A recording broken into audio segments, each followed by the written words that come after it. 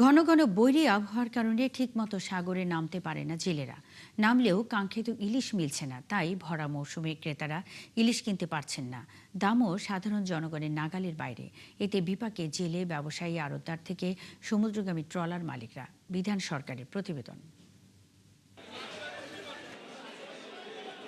চলতি মৌসুমের সপ্তাহখানেক আগে অভ্যন্তরীণ নদ নদীতে ইলিশের দেখা মিলেছিল, তাও কাঙ্ক্ষিত পরিমাণে নয়। এজন্য জেলে থেকে খুচরা বিক্রেতারা কেউই এখন পর্যন্ত সুবিধা করতে পারছেন না। মেহেন্দিগঞ্জ মাছ আর হলো মেঘনা নদীর মাছ, মাছ কম, মেঘনা কম, মাছ কাটা কম। এখন তো মাছ পাওয়ার কথা 5 মণ, সে জায়গায় 2 মণ পাইছি।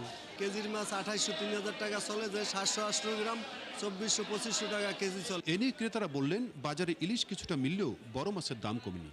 এজন্য স্বাদ মেটাতে বাধ্য হয়ে ছোট ইলিশ কিনছেন, নতুবা অন্য মাছ কিনে ফিরে যেতে হচ্ছে। আমাদের মধ্যবিত্ত পরিবারের নাগালের মধ্যে নাই বললেই চল। আমাদের সাধ্যের মধ্যে আছে দেখে আমরা ছোট ইলিশ কিনছি, বড় ইলিশ কিনতে পারি নাই। যে ছোট ইলিশ ওটা একটু দাম কমছে, তাও তুলনামূলকভাবে না।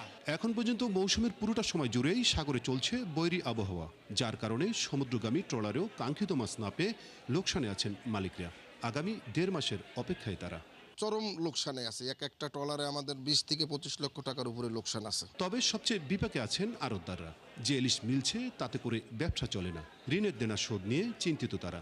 আমাদের ব্যবসায়ীদের ইলিশের অবস্থা খুবই খারাপ। এখন আবার এই কাইলিশ একটু টুকটাক হালকা মাছ, লোকাল মাছ একটু হইতে আছে। ঋণ লইছি, সুদে লইছি, কিন্তু দেওয়ার মতো ক্ষমতা আমাদের নাই। বরিশালের পাইকারি বাজারে এখনো আধা কেজি ওজনের ইলিশের মন 78,000, 1 কেজি সাইজের ইলিশের মন 1,07,000, আর 1 কেজির উপরের সাইজের মন বিকাচ্ছে 1,20,000 টাকা দরে। বিধান সরকার, 71, বরিশাল।